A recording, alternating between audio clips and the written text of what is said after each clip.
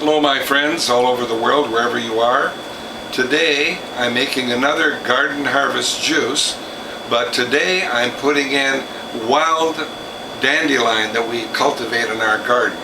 Let's look at the rest of my ingredients.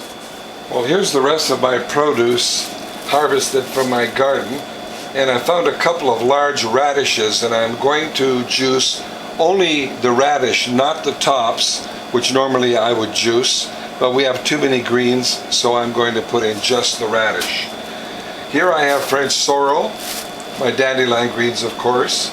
I'm going to put in 150 grams of turmeric, a garlic head, some ginger, red Swiss chard, and a couple of beets. And of course I'm going to have to quarter this large beet so it'll fit into the feed tube. And of course carrots. I found some ripe tomatoes, so I'm going to throw a handful of ripe cherry tomatoes into the mix. Now I'm using a Whole Health Foundation premium model juicer that's ideal for commercial business. And I want to remind you that any Norwalk juicer can be converted into a Whole Health Foundation model with my premium parts that I sell. So the first thing I'm going to do is install the near zero blowback cutter that has about 80 teeth cut into the 5 blades. And you'll notice I'm using a front loading feed tube as well. So on the cutter, on goes the cutter. And the front loading feed tube eliminates blowback, and the way it does that is blowback will go up. It'll bounce off the front loading angle and eliminate any kinetic energy that normally would shoot up to the ceiling. And if you get any blowback at all, it'll be 1 or 2 inches coming out of the feed tube. So let's plug in the thermometer and feed in 3 or 4 ice cubes to cool down the cutter and the feed tube, and then we'll juice some greens. Now I'm going to start with my beets with the tops. I've already cleaned it.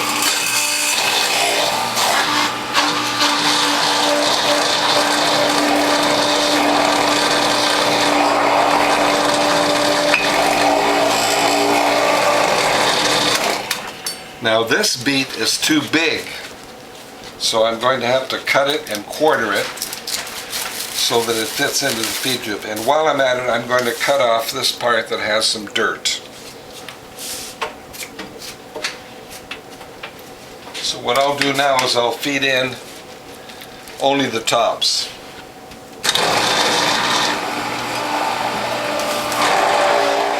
Now I want to point out that because the near zero blowback cutter does such a good job, you'll be tempted to put in more produce than you should. But less produce is more effective. So I'm only going to put in 2 or 3 leaves of the red Swiss chard.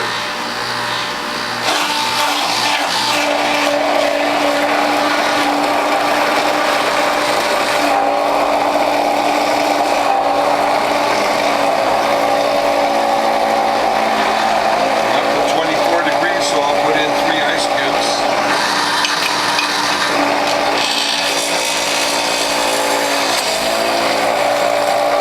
I'll put in some turmeric.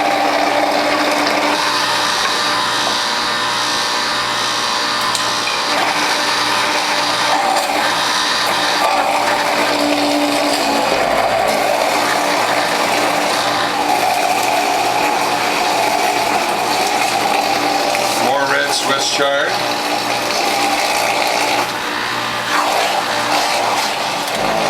More ice cubes.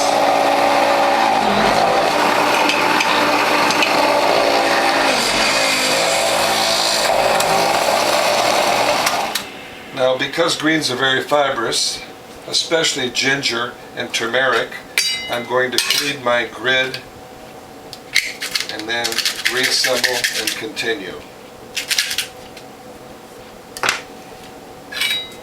Greens are very fibrous, but especially things like ginger and turmeric. So let's now put in some French sorrel, and remember, less is more effective, so don't put in too much.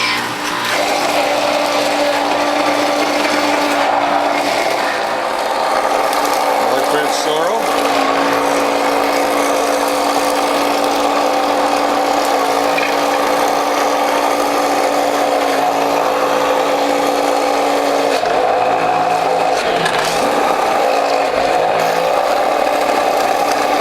Remember, less produce is more effective.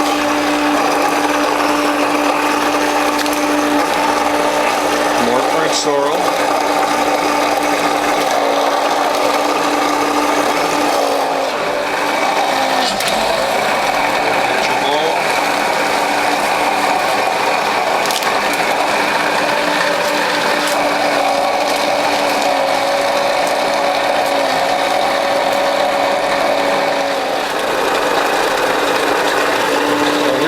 Of my French sorrel. Put in a few ice cubes to cool down that cutter. I'm going to clean my grid. And what I'm also going to do is unplug the thermometer and check my cutter, because greens tends to clog up a cutter. Well, not too bad actually. And next we'll start on the dandelions.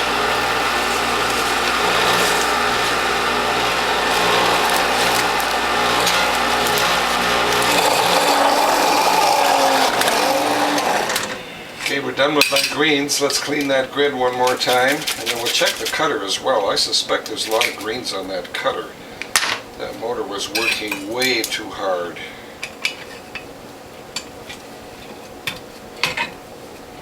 It's not bad, but it definitely had a lot of greens pulp in there. It was very warm.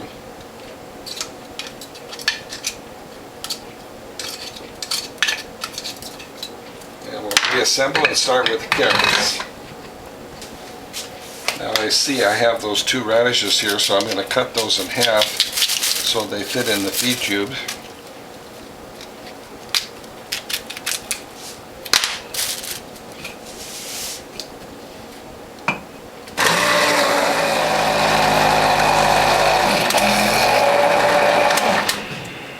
Now that I've put a few carrots through, I'm going to clean my grid, and then we'll continue with the rest of the carrots. Well, here's the last of my carrots.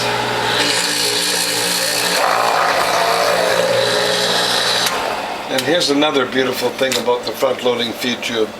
You can see if there's any produce that's not shredded. Usually there is, even if it's not visible, so I put a couple of small handfuls of pulp in there. I'll force that last bit of pulp through.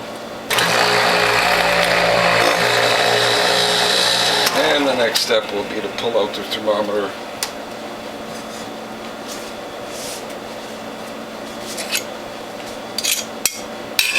Clean the grid and the feed tube, mix the produce, and make some juice. The next step, of course, is to mix the carrot pulp with the greens pulp. And I've found if there's carrots mixed with your greens, your pulp will not stick to the cloth, so you don't need to use the bamboo liners that you would use for fruit-only juice or greens-only juice. So rotate your bowl in both directions so you get a really, really good mix. Now, because my bowl is full, this goes forward, this goes over, the spent bowls go on top. And because my bowl is full, I'm going to put them into bottles. Right, I'm filling my bottles. I'm leaving 10% for filtered or distilled water.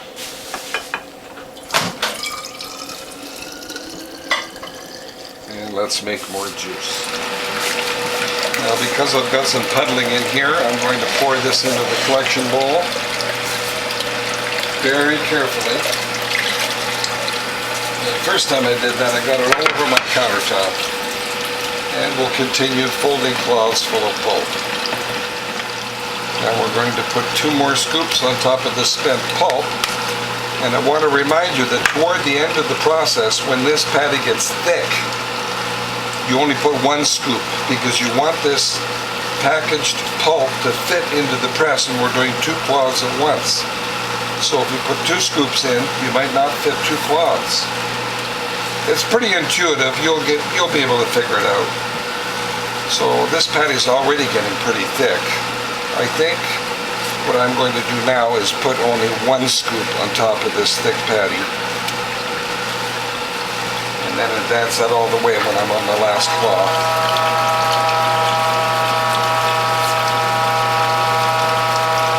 Flatten that, set it aside. And again, my 6 cloth less work method. You pull this forward, this goes over. The spent cloths go on top. 2 more cloths in the press, centered left to right, centered front to back. Make any adjustments if you need, and then all the way back and back it off a little. And then we continue. And remember, now we're going to put only 1 scoop.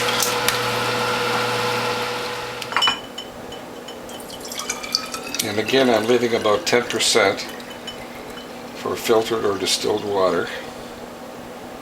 And let's make more juice. Now this patty is very, very thin, so I'm going to put 2 scoops on here. Let's put the rest of this pulp in there.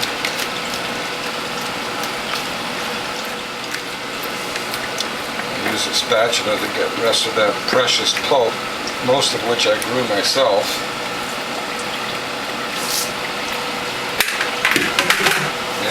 Advance that all the way when you're on your last cloth.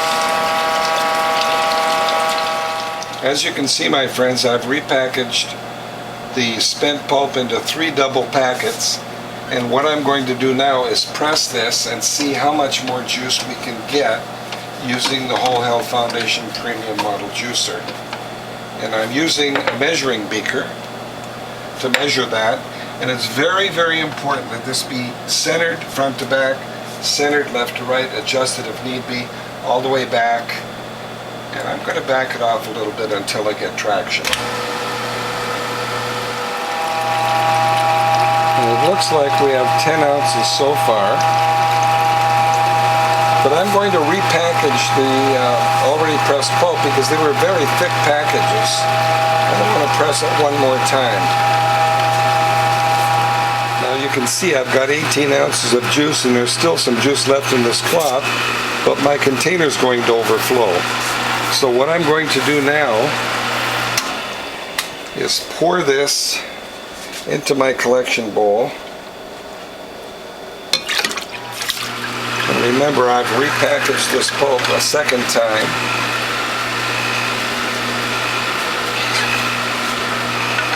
So it looks like we've got at least 18 ounces more. Well, it looks like 24 more ounces of juice, and there's still more juice left in these press cloths, but I'm going to stop here. All right, I'm topping off these bottles with about 10% of distilled water. You can use filtered water or even bottled water.